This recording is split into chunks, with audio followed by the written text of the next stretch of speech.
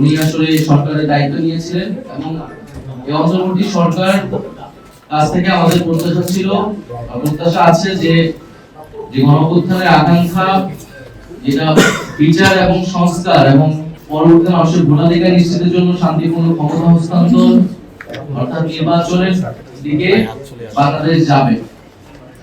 এই অন্তর্বর্তী সরকার আসলে কি শুধুই নির্বাচনকালীন সরকার নাকি গণঅভ্যুত্থানের আকাঙ্ক্ষা বাস্তবায়নের সরকার? এইটা একটা মৌলিক বিষয়। আমরা মনে করি যে এই অন্তর্বর্তী সরকার একটা গণঅভ্যুত্থানের প্রেক্ষিতে তৈরি হয়েছে এবং ফলে তার গণঅভ্যুত্থানের যে আকাঙ্ক্ষা, সেই আকাঙ্ক্ষা বাস্তবায়নের একটা দায়বদ্ধতা রয়েছে। শুধু নির্বাচন আয়োজন নয়, বরং জুলাই গণহত্যা সহ বিগত আমলের অপরাধ সমূহ এবং তার বিচার এবং রাষ্ট্রের মৌলিক সংস্কার মধ্য দিয়ে সরকারকে নির্বাচনের দিকে আসলে যেতে হবে। আমাদের প্রত্যাশা বা আমাদের আহ্বান থাকবে যে ডক্টর মোহাম্মদ ইউনূস তিনি দায়িত্বে থেকেই রাজনৈতিকভাবে সকল পক্ষের সাথে আলোচনা করে একটা সমাধানের দিকে যাবেন। আমরা মনে করি যে জুলাই ঘোষণাপত্রের যেই নির্ধারিত সময় দেওয়া হয়েছিল, সময় কিন্তু আগাচ্ছে, ফলে নির্ধারিত সময়ের মধ্যে জুলাই ঘোষণাপত্র প্রদানের ব্যবস্থা করা উচিত এবং বিচার, সংস্কার এবং নির্বাচন এই তিনটিরই রোডম্যাপ একসাথে প্রকাশ করা উচিত। তাহলে জনমনে এবং সকল রাজনৈতিক দলগুলোর মধ্যে এক ধরনের স্বস্তি তৈরি হবে, আস্থার জায়গা তৈরি হবে।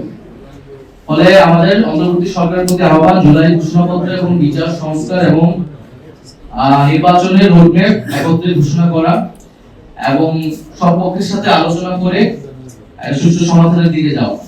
পাশাপাশি রাজনৈতিক দলগুলো এবং আমাদের জনগণের প্রত্যেকেরই আসলে দায়িত্বশীল আচরণ করতে হবে।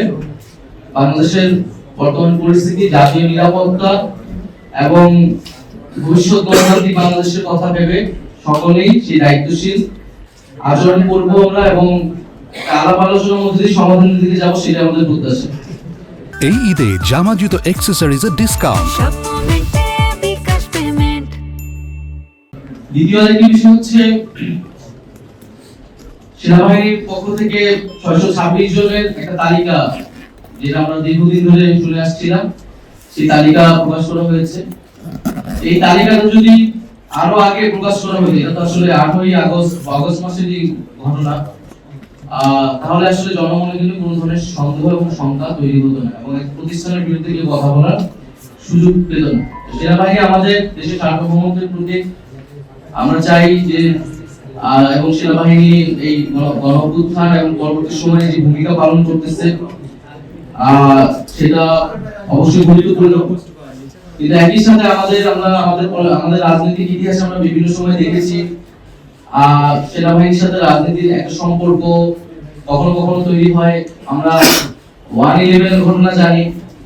এই সকল ঘটনা কিন্তু আমাদের গণতন্ত্রের জন্য, আমাদের রাষ্ট্রের জন্য এবং আমাদের সেনাবাহিনী প্রতিষ্ঠান হিসেবে কারোর জন্য কিন্তু কখনোই ভালো ফলাফল নিয়ে আসেনি। ফলে সেই বিষয়টা যাতে আমরা সকলেই বিবেচনা করি, যার যেটা কাজ, যার যেটা দায়িত্ব, সেটাই যাতে পালন করে। আমরা বিগত আমলে রাষ্ট্রের বিভিন্ন প্রতিষ্ঠানের বিরুদ্ধে বিভিন্ন প্রতিষ্ঠানকে দলীয়করণ করা হয়েছে।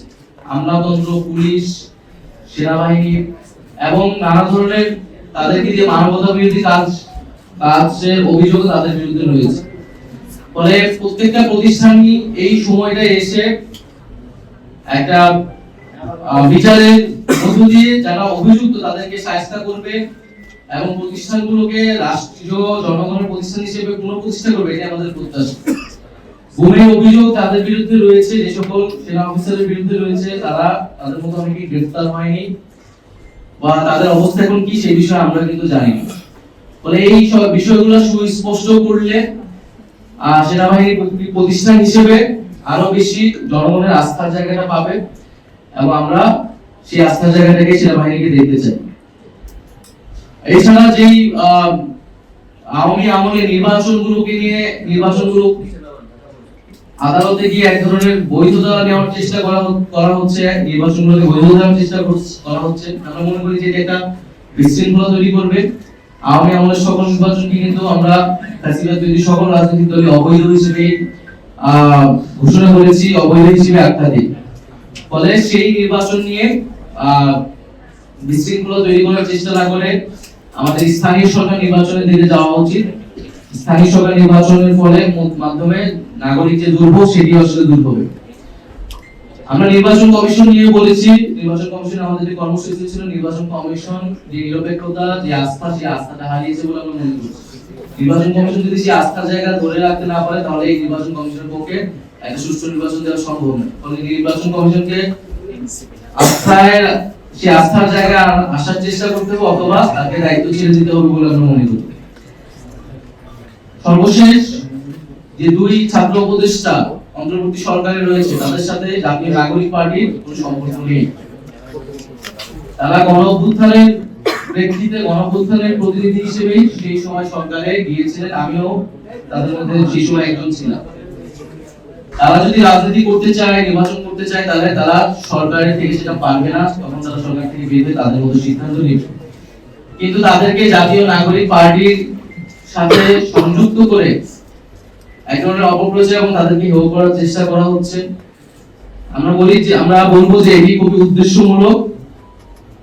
গণঅভ্যুত্থানের প্রতিনিধি আকারে তারা গিয়েছে, আমাদের শহীদ পরিবার এবং আহতদের পুনর্বাসন, বিচার, সংস্কার, এই গণঅভ্যুত্থানের আকাঙ্ক্ষাগুলো তদারকি করার জন্য তারা গিয়েছিল।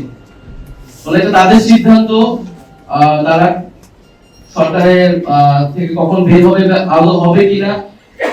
কিন্তু আমরা আমাদের প্রত্যাশা যে গণঅভ্যুত্থানের আকাঙ্ক্ষার ভিত্তিতে সরকার, গণঅভ্যুত্থানের বৈধতা, সেই আকাঙ্ক্ষাগুলো বাস্তবায়নে ছাত্র উপদেষ্টা সহ সকল উপদেষ্টা একত্রে কাজ করবে। ফলে দুইজন ছাত্র উপদেষ্টাকে জাতীয় নাগরিক পার্টির সাথে সংযুক্ত করে যে অপপ্রচার, আমরা তার নিন্দা এবং প্রতিবাদ জানাচ্ছি।